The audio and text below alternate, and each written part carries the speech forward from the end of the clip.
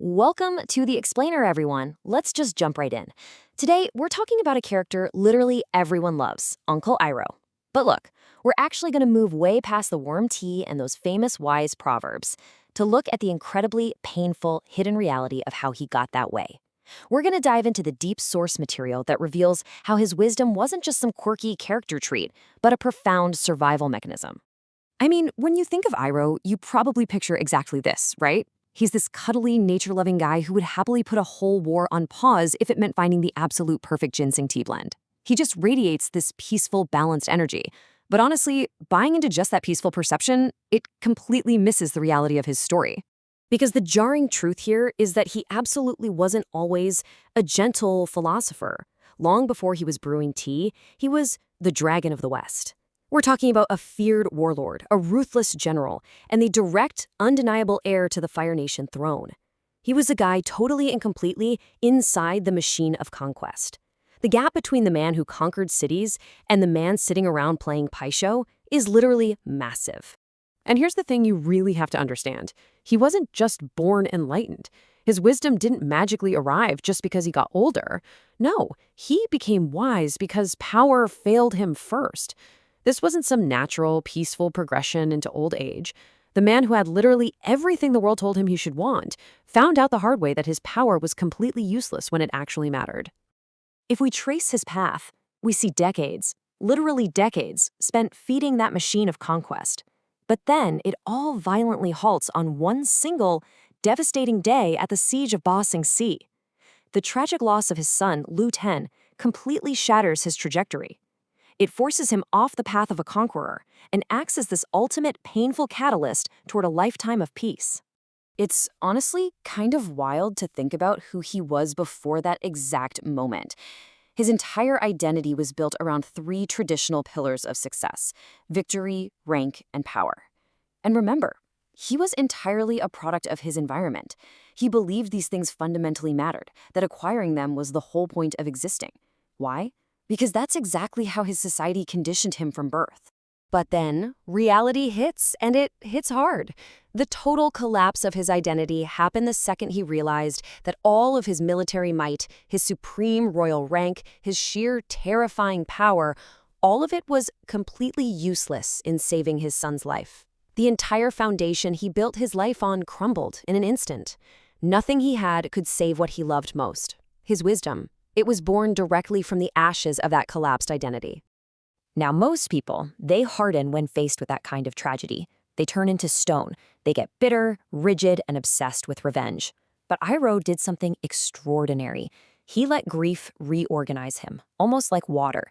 He didn't harden into a bitter warlord out for blood.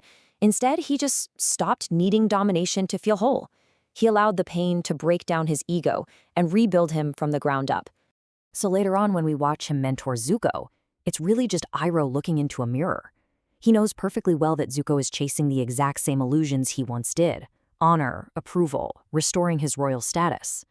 Zuko genuinely thinks he desperately needs those things to be whole, but Iroh knows, from devastating firsthand experience, that those things are just traps. And this brings us to one of his core philosophies: truth forced too early gets rejected. Iroh knows this rare psychological truth from the inside out. Because he recognizes himself in his nephew, he waits. He doesn't lecture. He knows that if he tries to force the truth down Zuko's throat before he's ready, Zuko will violently reject it. Guiding him requires this immense, quiet patience. You know, we all love to quote his proverbs, but his real superpower was his active resistance to bitterness. Think about it. He had every conceivable reason to become a deeply bitter, angry man after losing his son and his rightful throne. But he simply didn't. Making that active choice to reject bitterness in the face of profound, world-shattering loss, that is infinitely rarer than any physical strength or firebending skill. By the time we catch up with him in The Legend of Korra, his evolution is totally complete. He goes from ruler and strategist to the wise mentor we all know, and finally, he leaves the physical world entirely to become a dweller in the spirit world. And this matters immensely. It shows he's moved totally beyond the physical world itself and completely let go of any earthly attachments he might have had left. Existing in the spirit world proves something super profound. His peace wasn't just a temporary coping mechanism or some phase of his healing journey. It became his permanent, final state of being. He reached a point where he simply no longer needed to win at anything. He detached completely from legacy, from status, from having to prove anything to anyone ever again. And this brings up a really tough question that our society struggles with. Does peace actually mean weakness? A lot of people think it does, but IROH proves the exact opposite.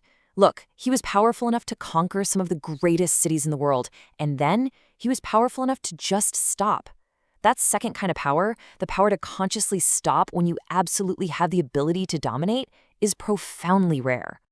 So, how does all of this apply to us? Well, most of us try to cure our anxiety by chasing more. We want more money, more status, a better job title, more proof of our worth. We're convinced that's the answer, right? But IROH found his peace by doing the exact opposite. He found it by wanting less. And this reveals a somewhat darker truth about human nature. Sometimes, the very thing you're furiously chasing is the exact thing keeping you so restless. Our modern obsessions with accumulation and constantly proving ourselves, they actually prevent us from finding true inner peace. Running on that endless treadmill of more is exactly what keeps us so fundamentally exhausted. It really leaves us with a difficult reality. Wisdom often looks beautiful from the outside, but it was incredibly expensive to build. We love the aesthetic of a peaceful, tea-drinking mentor. It's super comforting, but we have to recognize the massive, agonizing price of loss he paid to get there. He bought that wisdom with literally the deepest pain a person can experience. So the real takeaway here isn't just that you should drink more tea and try to relax. It's that if your identity is tied purely to power or status, sooner or later life is going to test it. That foundation will be shaken. But if you can actually survive the collapse of your ego and the loss of that power without turning bitter, that's how you actually finally become free. He didn't know more than everyone else. He just wanted less. I'll leave you with this provocative thought to take away from today's explainer. What if the secret to your own peace isn't finally achieving your ultimate victory, or getting that promotion, or accumulating all that wealth? What if true freedom is simply reaching the point where you no longer need to win? Thank you so much for joining me, and I'll see you in the next one.